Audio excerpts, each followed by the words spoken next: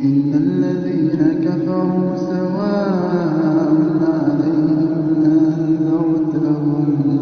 أأنذرتهم أم لم تنذرهم لا يؤمنون ختم الله على قلوبهم وعلى سمعهم وعلى أبصارهم غشاوة ولهم عذاب عظيم ومن الناس من يقول آمنا بالله وباليوم الآخر وما هم بمؤمنين